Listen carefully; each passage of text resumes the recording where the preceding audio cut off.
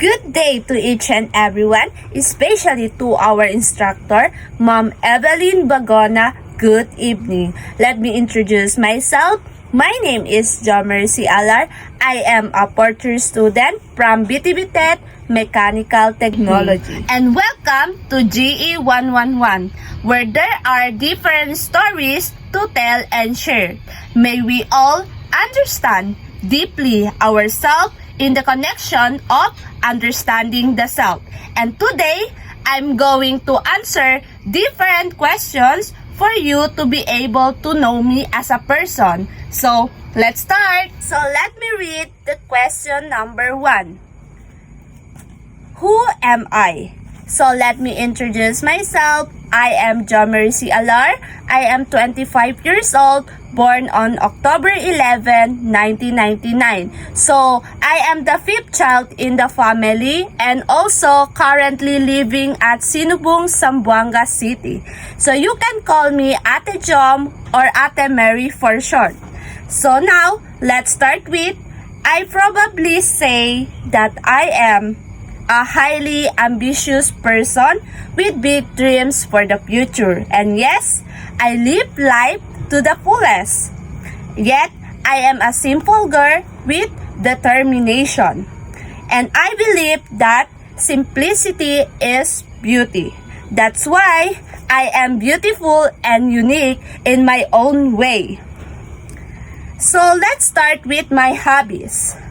For my hobbies, I love doing TikTok trends and TikTok transitions like makeup.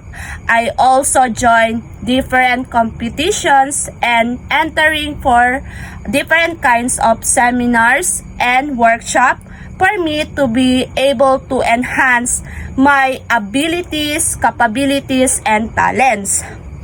And for addition for that, I am also a social person just like you. I also interact with other people and I used to communicate them for me to develop my communication skills when it comes to socialize with other people. So, if you ask me, what I do idolize. So, especially, I love my parents a lot. And also, I used to idolize them because they serve us or they serve me as my hero in our family. For additional question for number 1, how would you characterize yourself? So I think one distinguishing factors that I have is love. Where I do find and characterize myself as a person who really says that this is me and I love myself more than anything else. I love my flaws and imperfections and I love everything about me. So they say that everything starts with and how you feel about yourself. Another factors that I have is being a responsible one. Why I choose to be a responsible one? It's because I used to see it as a being able to choose oneself between right and wrong. Where I used to be a responsible daughter at home and at the same time as being a responsible student who is attending the class regularly on time and being prepared for classes. But somehow, I used to post different personas depending on how people will treat me. So let's proceed to the question number 2. So I will read, reflecting on your younger years, how did yourself develop? So reflecting on my younger years, I am shy for I am afraid of the judgment of other people. But as I grow older, I used to learn how to overcome it when it comes to my fear, anxiety, criticism, and also the rejections of others. So, I started not to mind them. Instead, I focus myself more. I continue to grow every day and discover myself more. So, I used to join different competitions, extracurriculars for me to boost my confidence. And also to enhance my knowledge and abilities at the same times to develop my skills and talents. At somehow, I do also interact with other people and learn how to communicate them well with respect and integrity. So if you ask me, did I myself develop? I proudly say yes. I really see the progress in me. At somehow, I see the improvements of myself was good. So that's it. For additional questions for number 2, what external factors or personal decisions that made a greater impact for me? So please, lend me your ears so that you will able to know my stories. First things first, people may know me by my name, but few to almost none know exactly who am I and what my story is. So far, my personal decisions I made when I was decided to stop my schooling before. And yes, supposed to be at my age, dapat graduate na ako, may trabaho na ako, diba? So my story goes like this. Not to brag everyone, I went to Ateneo before. I took BSET major in BPET. I have many friends with me.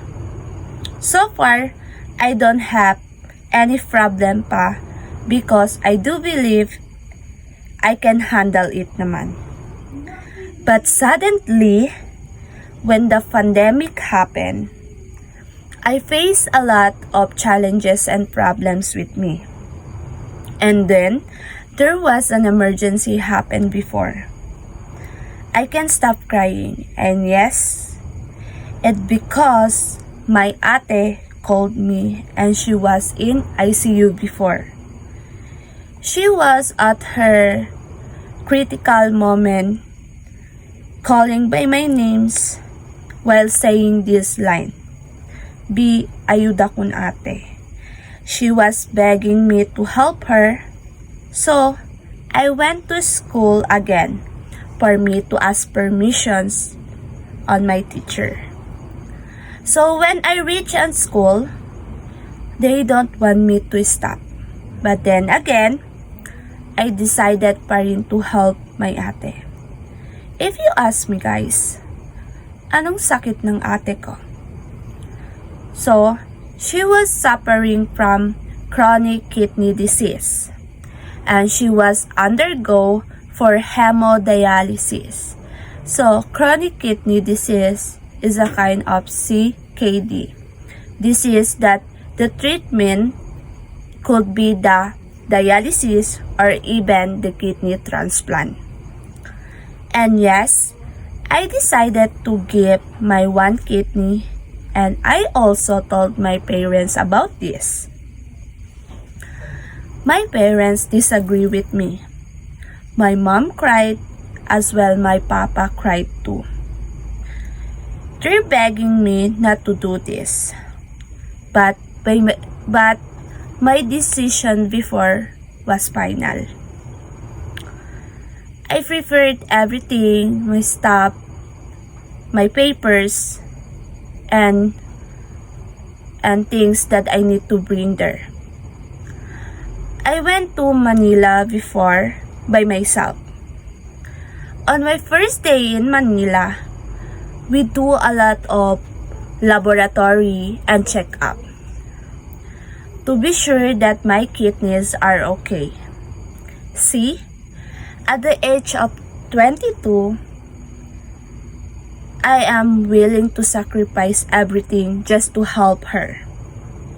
I sacrifice rather myself just to donate my kidney to my ate. Because I am willing and I want to see my ate again happy. And yes, I don't want to lose her. And I was called a lifesaver and to be a hero in my own way. Who's willing to help my ate just to fulfill her dreams again? So this is me and this is my story. So lastly, we have the question number 3. What do you think is the connection of yourself to your physical body and why? So I think myself and my body are connected. Why? It's because what my inner me says, my body follows. The way how my physical body responds to those specific actions that I will do. So it was linked through mind, heart, soul, and especially our emotions. The way we think, feel, speak, and act. It simply shows how my physical body works and it will reflect for who I am as a person. For additional, I think God put me here because I have my purpose and mission. As long as God keeps waking me up, I know He has a better plan for me and He wants me to be His successful child someday. So despite all the challenges and struggles I went through, I tried not to give up easily. I pushed myself more and more and more because I want to be an effective and well-developed teacher. Because this is God wants me to be. So that's all. Thank you.